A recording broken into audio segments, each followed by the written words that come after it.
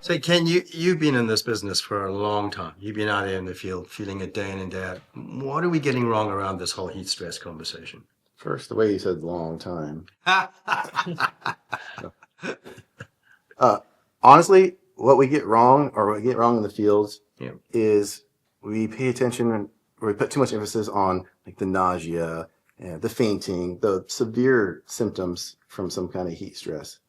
But the reality is that heat stress has started to affect you hours before any of those symptoms come in. And it's Steve being grumpy, or it's Felipe being forgetful, or it's, Simon being a little more quiet when you're talkative and not noticing those signs. Those are all signs that heat's starting to impact us, and maybe it's giving us a little bit of cognitive tunneling or making us a little more emotionally responsive. And that's that human factor, and we start to potentially make more mistakes, um, cut some corners, be a little more risky. When you start to see some of those signs in like your coworkers or your team, like what should you do? Like what should be the first thing you should do? Obviously not ignore it, which might have been kind of the way things used to be. We talked about this before, right? The culture has changed. So if you see me and I'm grumpy, like what's the first thing you're going to do? First thing it is you got to take. It's a little self-reflection, be like, okay, that's not Steve's normal behavior. It's not directed at me. What's going on? I gotta be curious, and then, hey, have you drank your water? Do you need a shade break? What's going on? And maybe something else is going on. Maybe it's the PPE that's just weighing you down, or the glasses that are fogging up, something like that. And it's being curious and asking the questions instead of taking things personal. Is it true that someone that's been in the field for, let's say, 14 years and a new hire comes in, like they're more prone to go through that heat stress than someone that's been there for 14 years? Yeah, I mean, even a person 14 years can still get the heat stress, but it's the acclimation to those working conditions. If you're not acclimated to that environment, Mm-hmm. majority, I believe, of heat-related illnesses happen that first week on the job site. So it's getting acclimated. It's like spending some time slowly to build up.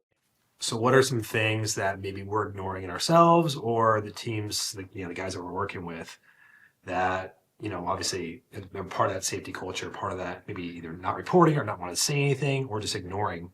Do you have like any personal examples?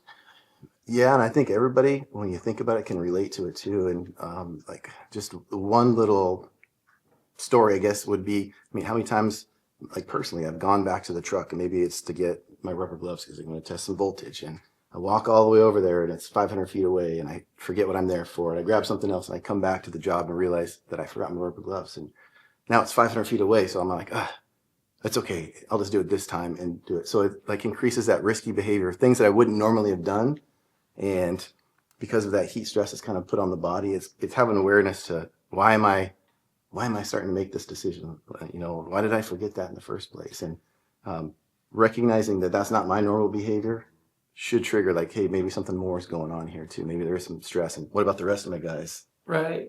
It's funny because I could have had a heat stroke. I didn't know. We were doing a crane set and the pole was up on the hill. It's probably about 40 yards. And I remember I was going up and down the hill all day long. 5 times or 6 times, I kid you not, I went down there and I'm like, what was I supposed to grab?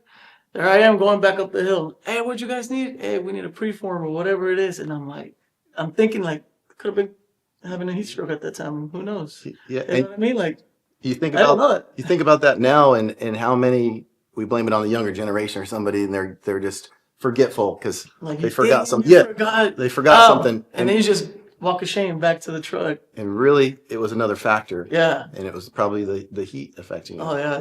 That was a workout for sure. So if I see that happening, what should I do? I think if you see that happening, it's like recognize that something's off, Yeah. and it's not Felipe. That hey, maybe it is those conditions that we're having him walk back and forth to the truck. Let's call a break because if Felipe's feeling it, then maybe the rest of the guys are feeling it, and we could be this close to having an accident happen. So let's call a timeout. Let's hydrate. Let's take a shade break. Let's cool down for a moment. Let's talk through it, and call it. Just take that break. So would you say, now that I think about it, because at the end of the day, it's all human behavior, right? It's all about relationships and how we communicate and where empathy is present in the working environment, of which there was less empathy when you were in, let's just call it the old days. But today, is it really just more about You know, people in positions of responsibility and seniority now need to learn the art of listening. 100%. I think that's one of the skills that we don't focus on enough. It's the communication that the art of listening is the big one, and it doesn't have to be verbal. It can just be what you see too. Yeah.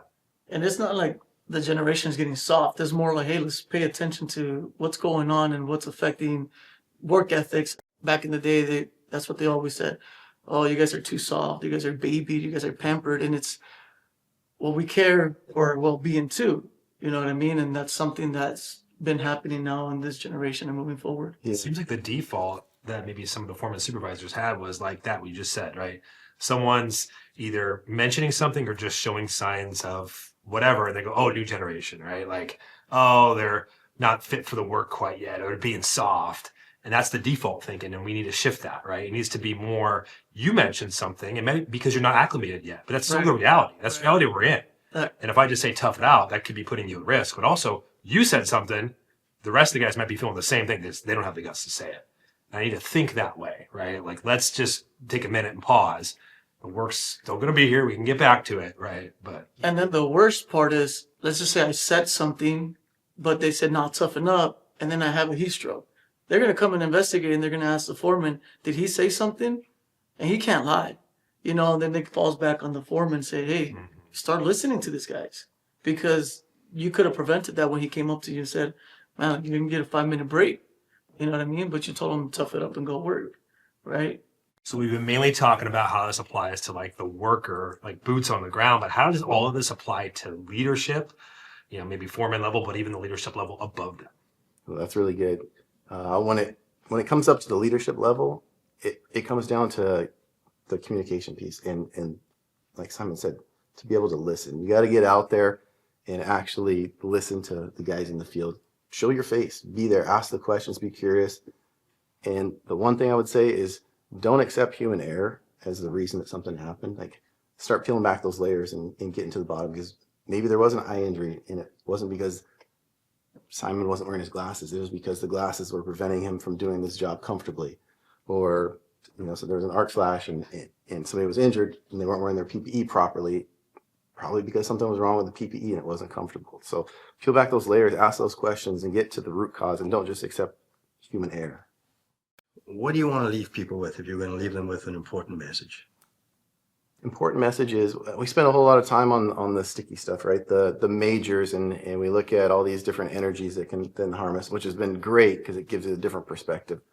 But I feel like we're missing the biggest piece, and that biggest piece is that human element, because it is about comfort. It is about making sure that I'm not drenched in sweat and all I can think about is taking this shirt off, so I'm going to cut a corner. Like that human element piece, or being dehydrated, so I've got maybe a little tunnel vision, or glasses are fogged up, and whatever it might be. It's get back to that human element, and not just those major hazards. What's the human piece?